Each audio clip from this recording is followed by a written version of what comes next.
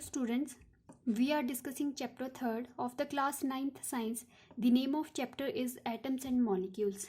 In the last lecture, we discussed on atomic mass, the average relative mass of an atom of an element as compared to the 1/12th mass of the one atom of the carbon 12. ठीक है, जो आपका atomic mass है exact किसी भी element के atoms का mass calculate करना पॉसिबल नहीं है क्योंकि ये बहुत स्मॉलेस्ट यूनिट है. ठीक है, तो इसमें क्या है, हम कंपैरिजन करते हैं. ठीक है, एक फिक्स्ड आपने एलिमेंट लिया, ठीक है, उसके मास के साथ क्या है कंपेयर किया कि इतना हैवियर आपका ये कंपाउंड है. ठीक है, तो मतलब एक को फिक्स कर दिया और बाकी जो एलिमेंट्स प्रेजेंट हैं उनको क्या है कंपेयर किया कि इतना हैवियर इस एलिमेंट से ये एलिमेंट है, वही उसका एटॉमिक मास है. ठीक है, in other words atomic mass is a number which express as how many times an element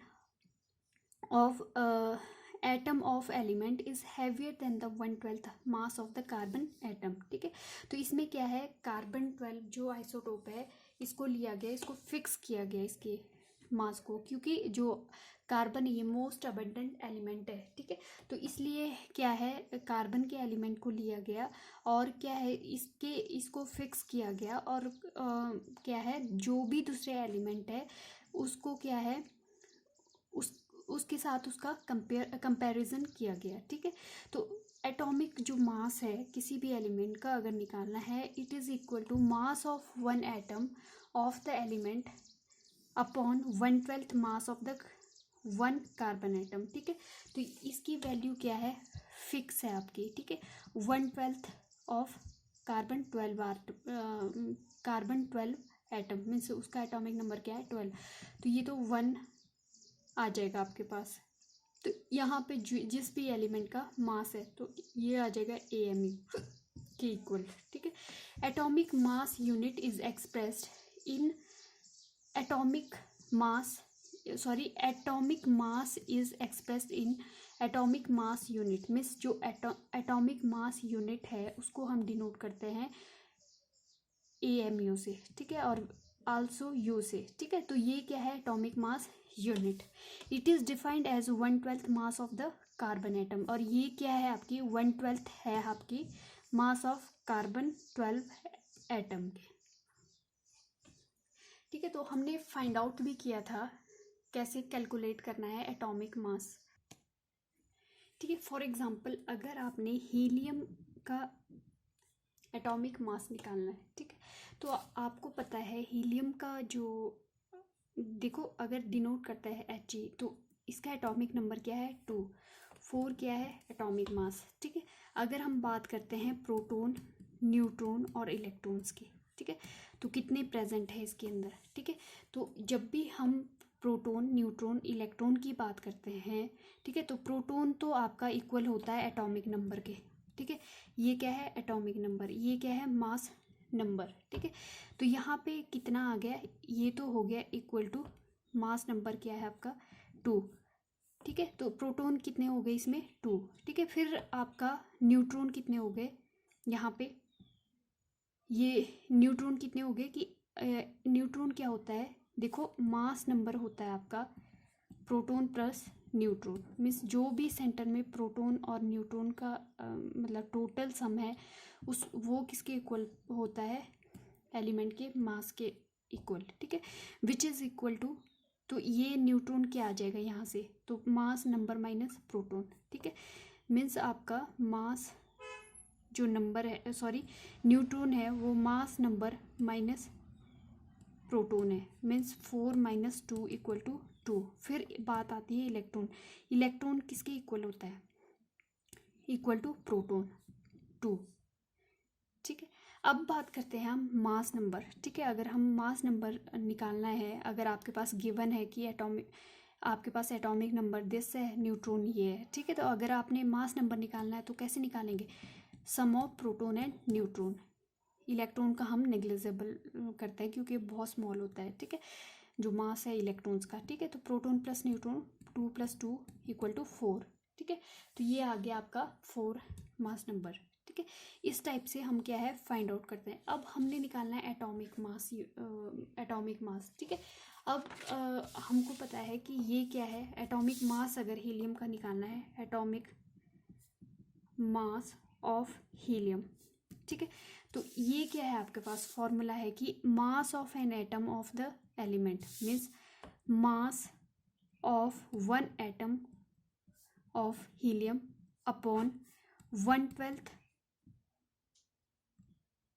mass of carbon atom into mass of one carbon atom, ठीक है। इस टाइप से हम फाइंड आउट करेंगे। तो यहाँ पे मास ऑफ वन हीलियम एटम क्या है, 4, ठीक है 4, और 1/12 क्या है, ये है एटॉमिक मास, ठीक है। और 1/12 ऑफ कार्बन, कार्बन का क्या है 12, ये कैंसिल हो गया, ठीक है। और हमेशा जो यूनिट आती है वो क्या आती है, AMU में, या वी कैन से U भी सिंपली लिख सकते हैं, ठीक है।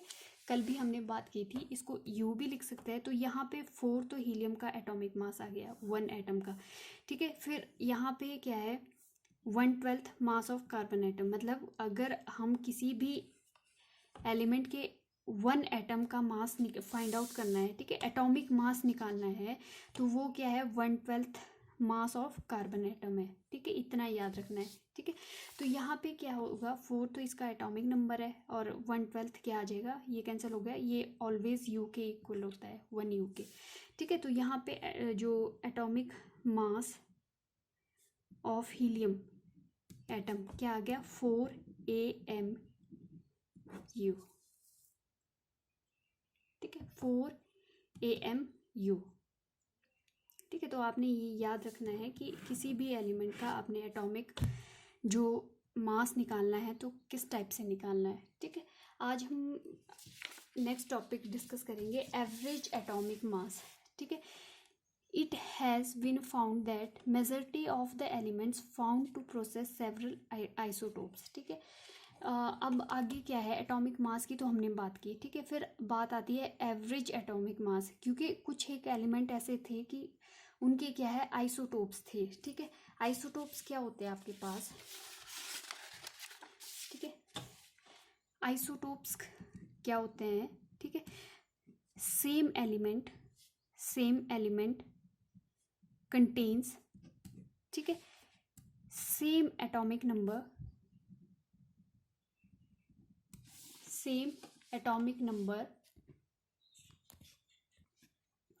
ठीक है, same atomic number but different mass number, ठीक है। मतलब आइसोटोप्स क्या होते हैं, सेम एलिमेंट मीन्स जैसे आपके कार्बन है, ठीक है, ये कार्बन क्या है सेम एलिमेंट है, ठीक है, सेम एटॉमिक नंबर है, ठीक है, बट इनके क्या है जो मास नंबर है वो डिफरेंट है, ठीक है। ये होते हैं आइसोटोप्स, ठीक है। कि कार्बन क्या है, कार्बन 12, कार्बन 13, कार्बन 14, ठीक है। एटॉमिक नंबर तो यहाँ पे सेम है, बट आपका क्या है ये वेरी कर रहा है मास नंबर, ठीक है। तो इस टाइप के एलिमेंट्स क्या है आपके आइसोटोप कहलाते हैं, ठीक है।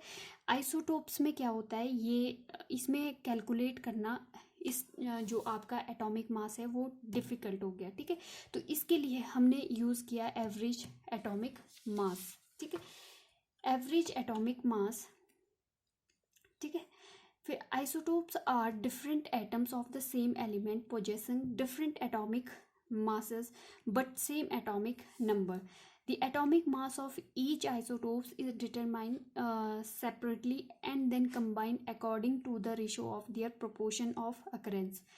This is known as average atomic mass, ठीक है। जो एटॉमिक मास है किसी भी आइसोटोप का अगर आपने निकालना है तो उसको सेपरेटली निकालना है पहले तो एटॉमिक मास, फिर क्या करना है कि उनको कंबाइन कर देना है according to ratio of proportion of occurrence, की जितना उसका क्या है अकरेंस है मिलता है हमें जिस प्रोपोर्शन में, उसके साथ क्या है उस रेशो में आपने कंबाइन कर देना है। This is known as average atomic mass, ठीक है।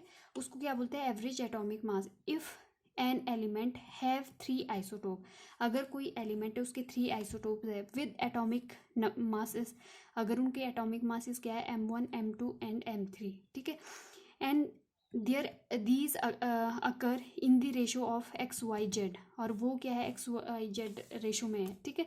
तो यहाँ पे एटॉमिक एवरेज एटॉमिक मास किसके इक्वल हो जाएगा, m1 इंटू, ठीक है, मतलब जो फर्स्ट आइसोटोप है उसका मास इंटू जो उसका प्रोपोर्शन है अकरेंस है, ठीक है, तो वो उससे मल्टीप्लाई कर देना है प्लस, ठीक है, आपका m1 m2 into y means second जो आइसोटोप है, देखो आइसोटोप फर्स्ट, ठीक है, अगर 3 आइसोटोप है इंटू मल्टीप्लाई करना है अकरेंस से, जितनी उसकी अकरेंस है उस आइसोटोप्स की, ठीक है, फिर प्लस करना है, ठीक है, और क्या करना है, प्लस करना है आपका जो नेक्स्ट है, ठीक है, सेकेंड आइसोटोप, और उसकी अकरेंस से क्या है कितना वो मिलता है हमें, ठीक है, फिर प्लस करना है थर्ड आइसोटोप इंटू अकरेंस उसकी, ठीक है, बाकी अपॉन में क्या कर देना है, जो भी आपका टोटल प्रोपोर्शन है